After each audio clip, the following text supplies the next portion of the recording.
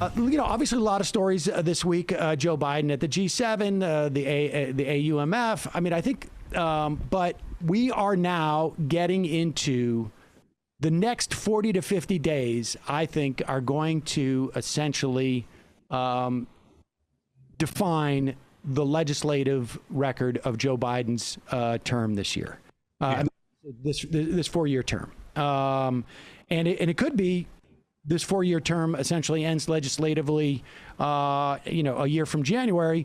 It could be 3 Januaries out. But either way, I think this is going to determine it, because if things don't break a certain way in the next 50 days, then I think it's done. It's done.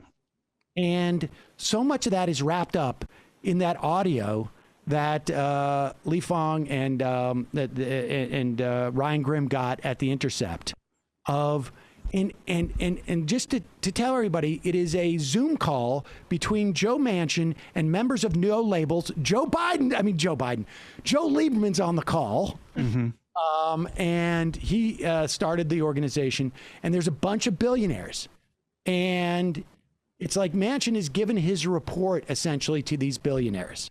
And it is fascinating. I feel like this is the basis of a civics course. Yeah. And let's just start with this. Well, maybe we should end with this. Like, why are we doing this?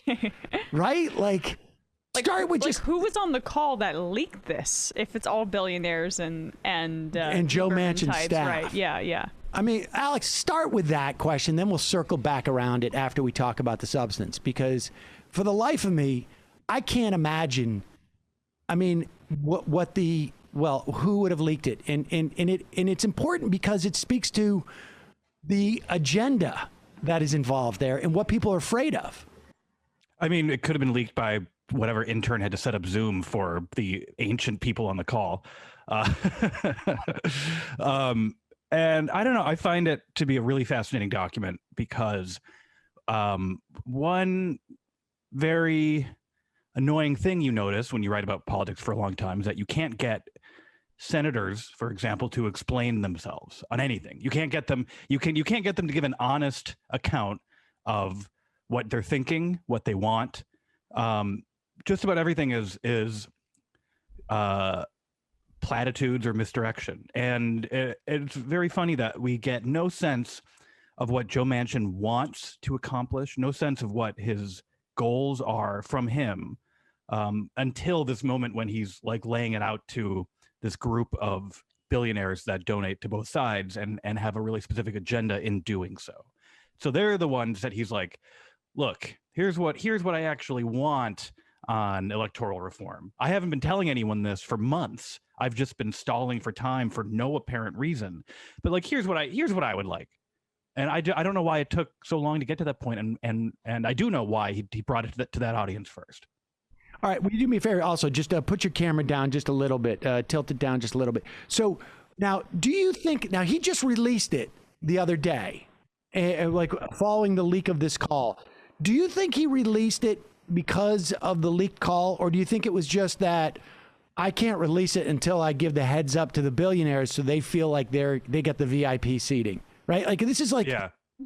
This is the VIP thing, right? Like you come to the show, you pay the VIP tickets, you come back, I'll give you a little preview of what we're going to be talking about. Right? Yeah, totally. I think it's that. I think that's exactly what happened. Okay, so let's just go to the part of the story that got the biggest play, because this is, aside from the fact that he's doing it from his office, he never solicits money for himself. Yeah.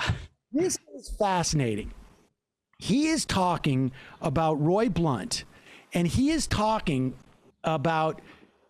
basically saying to them, look, you guys want the filibuster. I want to keep the filibuster, but I am under pressure now from people like Alex Pareene. He doesn't say your name, but I am under pressure from people like Alex Pareene to justify how I can believe in bipartisanship after the most bipartisan bill in maybe the history of bipartisan bills that being the January 6th commission. I mean, we just played a clip of Tucker Carlson said there's all sorts of unanswered questions. You know, when Louis Gohmert's on the floor of the House saying there's unanswered questions, like, well, that's the whole point of having a commission where both sides have the ability to do it. And he knows it's making him look bad and really absurd. And he's saying to these billionaires, how you can help me preserve the filibuster is by helping Roy Blunt, who's going to retire, see the light, that it's going to be advantageous for him in his afterlife to be in favor. I need 3 votes. Here's that clip. Here's that clip. It's just a good friend of mine, a great guy, okay? You would like to think that Roy's retiring. If some of you all who might be working with Roy in his next life could tell him that it'd be nice to help our country, that would be very good to get him to change his vote. And we're going to have another vote on this thing. Okay, that's incredible. Let's stop that right there, Lee. Yeah, and that's the voice of Ryan Grimm saying how incredible it is. Yeah. I mean, this is it, right? Like, this is every bit of speculation about, you know, when we saw, what's that guy's, I can't remember when they did Medicare D. I can't remember his name now, but he fashioned the bill and then literally, like, even before the bill was voted on, was already working for the Medical Association of America. I can't remember what the story was, but like, this is it, right? I mean, that's how it works. Yeah. It confirms a lot of things that you previously, the only thing that you couldn't confirm about them was that you can't look directly into the mind of these people when they leave Congress and take private sector jobs, right? But it's pretty explicit there. And it's funny because I think it gives a lot of the game away in the sense that Manchin's commitment to the filibuster represents basically a promise to these people on this call that he will stop things from getting out of hand with Democrats in charge. Like, his commitment to the filibuster is like, don't worry, Democrats aren't actually going to do the whole part of their agenda. But in order to keep that up, you really got to help, like, bribe a win for me, because I can no longer justify it with the language I use publicly. Like, I can no longer publicly justify it. So you got to help me out. It's stunning. And what's also sort of bizarre about it is then they go on, like, Manchin and then Lieberman start trading sort of like, I don't know what to call it. They start trading almost like compliments with each other about being the guys who understand that they've got to do stuff for reasons that are bigger than themselves. Yeah. In democracy. Well, that's how they justify it to themselves, right? That's how they justify getting on a call, carrying water for billionaires, and essentially finding purpose in their power and their thirst for power. They have to make it about democracy. But how do you move from, dude, can't one of you guys like sweeten the pot at the end of the rainbow for Roy Blunt a little bit so that we can get this democracy project going? Yeah. Off me. Well, yeah, I mean, we'll get to that too, because he talks about that with McConnell. Yeah. But this is, I mean, I don't even know, like, I feel like maybe we should be just bring in like a psychiatrist for this. how to wrap my head around this. I mean, carrying water for billionaires, doing what is in the interest of business, and especially, like, preventing the majority from harming those business interests is, I think, how they define democracy, right? So it's like, what they're rescuing democracy by stopping people from, you know, by rescuing democracy by coming up with completely misleading defenses for actions that are done in service of the people in this no labels call. And if it takes a bribe. Yeah. Democracy moving. That's what he's going to do. It's just, I just find it just unbelievable. Start off the call, and this is the no labels people. They start off the call by basically saying, like, look, we're going to, you guys are going to be able to give us a bunch of money, and we're going to be able to give hard money to these politicians. And They love getting hard money. This is as opposed to soft money, which is like outside expenditures and PACs and whatnot, because they get to control it. And it means that at one point he says, like, they have 731 days in office as a congressperson, and they've got to be on the phone every day looking for money. And if we can deliver a check for 50 grand to them, they love us. Yeah. And, you know, they're talking about that. And then Manchin says, this is another thing that Manchin says about the 2017 tax cuts. Manchin says that that McConnell was asking for his vote at first for the 2017 tax cuts. And then at the last minute, he said, we don't need your vote. Then they were able to lard it up with a lot of just only Republican stuff. And Manchin says, and that's why, you know, tax cuts like that aren't necessarily durable. His argument is that if things aren't bipartisan, they're not durable. But that's also not true. Right. Right? Like Social Security, did Social Security get any Republican votes? The ACA didn't. And, right. And it just survived its third challenge. And it also survived 50 some odd votes. I mean, it's demonstrably untrue, but it's also interesting that Manchin was a vote for those tax cuts. Yeah, it is. Yeah. Yeah. And I think like, I think what he's trying to get across to them, right, is like, yeah, you guys want things like those tax cuts, but you'd be better off if you could, you know, get Democrats like me on board with them, because then, you know, then Democrats will be less likely to lift them in the future. But I think that, I mean, we have the history on tax cuts too, and how often are they completely rolled back? You know, like it was a Democratic promise to roll back the Bush tax cuts for years, and you know that one was just gambled away. And we should also say they didn't even have to do anything to roll back every single one of those. No, exactly. They were supposed to expire automatically by themselves. And the only thing that the Democrats did was basically keep some of the tax cuts and let some of them sort of expire. Yeah. All right. What else stands out for you during in this call? I mean, we hit on the biggest one. I think the fact that it's the organization No Labels itself that he's sort of speaking to is really interesting. Like No Labels is just sort of treated as a sort of centrist lobby that just tries to make everyone get along. That's sort of what their branding wants you to think of them as. But they're part of a whole lobbying, campaigning, PR network essentially, and they coordinate spending on behalf of conservative Democrats and often conservative Republicans who are maybe slightly less conservative than their colleagues. You know, and I find this peek into their access very interesting, just on its own. And Nancy Jacobson, the head of No Labels, is married to Mark Penn, who basically owns half of the political consulting business through his private equity firm. It's a whole web of influence peddling, often disguised as something else that in effect is also serves to enrich just these particular people like Jacobson and Penn and their consulting firms, and you know, a lot of it is just about drumming up business just for their own marketing, PR, and campaign consulting firms. I mean, you know, we could look at like a guy like Steve Schmidt, who was working for Howard Schultz, and also who was the other guy that went on with him, the Obama guy? I can't remember his name now. Was it Bill? I can't remember. Bill Burton? No, I don't. Wait, was it Burton? I don't remember. I don't want to. Besmirch anybody, but it's besmirch worthy.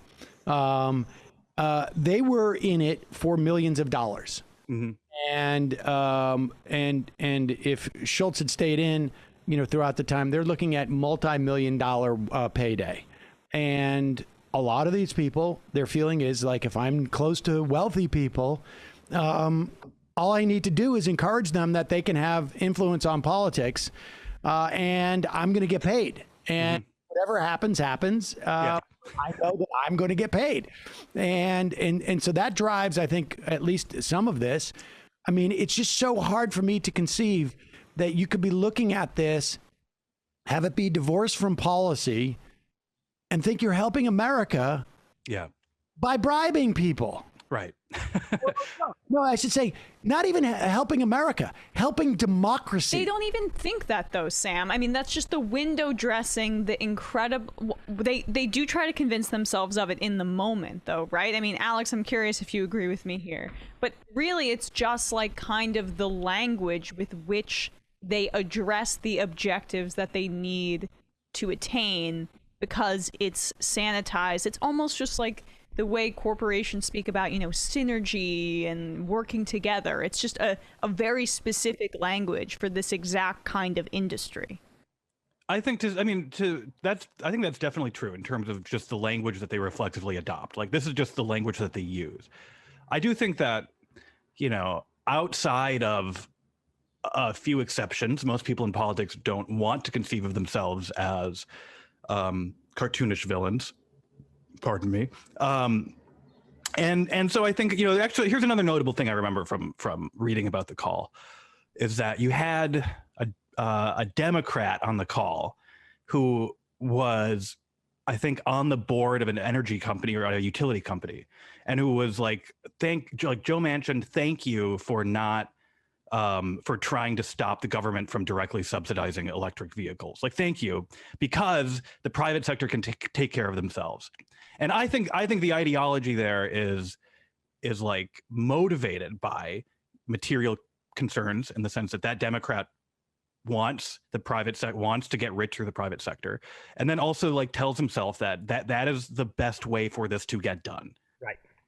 Right. And maybe one precedes the other, right? I mean, bottom line is, Manchin went on to say his stuff about climate change was also interesting, because he did say, a private public, if the public essentially subsidizes the private entities doing this, as opposed to just coming in and paying for it, this is the classic, like, you guys, we will socialize the costs, but we're going to privatize the profits.